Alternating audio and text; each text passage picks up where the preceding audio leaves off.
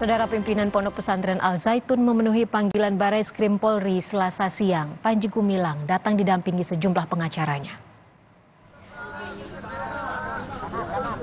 Berjalan menuju gedung Bareskrim Polri, Panji Gumilang didampingi kuasa hukumnya memenuhi undangan pemeriksaan.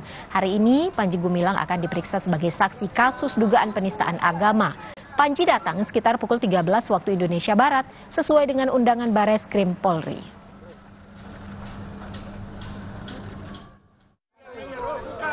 Panji Gumilang diperiksa sebagai saksi dalam kasus dugaan tindak pidana penistaan agama.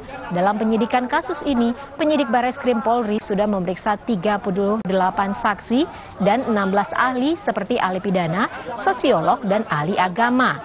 Sebelumnya, Panji Gumilang batal diperiksa pada akhir Juli lalu dengan alasan kesehatan dan meminta penjadwalan ulang.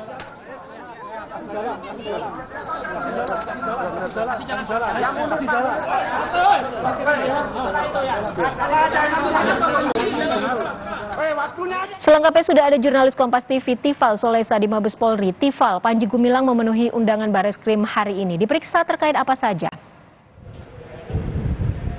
Yang jelas pemeriksaan terhadap Panji ini sehubungan dengan laporan yang disampaikan oleh tiga pelapor. Tiga pelapor ini datang dari sejumlah organisasi masyarakat yang menilai ada upaya atau dugaan pidana penodaan agama sesuai dengan Kitab Undang-Undang Hukum Pidana atau KUHP, dan juga upaya membangun ataupun juga menyampaikan kabar yang berhubungan langsung dengan SARA ataupun juga suku, agama, ras, dan antar golongan. Ini yang coba dikonfirmasi kembali kepada Panji Gumilang selaku saksi terlapor dalam kasus ini di hadapan penyidik dari Direktorat Tindak Pidana Umum Bareskrim Mabes Polri. Ia datang lewat pukul 1 siang tadi dan masih terus berjalan proses pemeriksaannya hingga saat ini. Kami masih menunggu apa hasil akhir dari proses pemeriksaan tersebut, entah itu dari otoritas Mabes Polri maupun juga dari pihak penasihat hukum Panji Gumilang. Yang perlu dicatat di sini bahwa pemeriksaan terhadap Panji ini sudah kali kedua.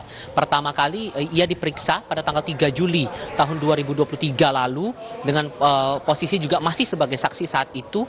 Ia dilempari atau dicecar 30 lebih pertanyaan dengan gambaran yang kurang lebih sama berhubungan langsung dengan dugaan tindak pidana yang dialamatkan kepada dirinya selaku pemilik Pondok Pesantren Al Zaitun Indramayu, Jawa Barat, termasuk salah satu yang ia bocorkan waktu itu selepas pemeriksaan pada dini hari di tanggal 4 Juli tahun 2023 kepada wartawan, menyampaikan bahwa ia mengakui pernah mendapatkan hukuman pidana selama 10 bulan kurungan.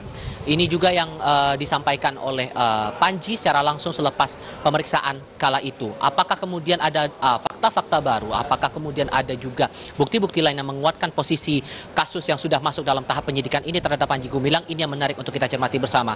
Tapi yang jelas dari pihak penyidik dari Tipidum Bareskrim Mabes Polri menerapkan sejumlah pasal, baik itu di pasal 156A KUHP sehubungan dengan upaya untuk menyampaikan atau pada pokoknya bersifat permusuhan, penyalahgunaan atau penodaan terhadap suatu agama yang dianut di Indonesia, dan juga pasal di Undang-Undang ITE, pasal 45A ayat 2, yakni sehubungan langsung dengan menyebarkan informasi yang bermuatan SARA. Ada pidana maksimal kurungan penjara antara 5 hingga 6 tahun kurungan dan ditambah dengan denda 1 miliar rupiah apabila itu terbukti. Tapi yang jelas sejauh ini yang perlu dicatat sampai saat ini, sampai saya melaporkan ke hadapan Anda, Ivo, status dari kasus ini belum ada tersangka satupun. Ivo.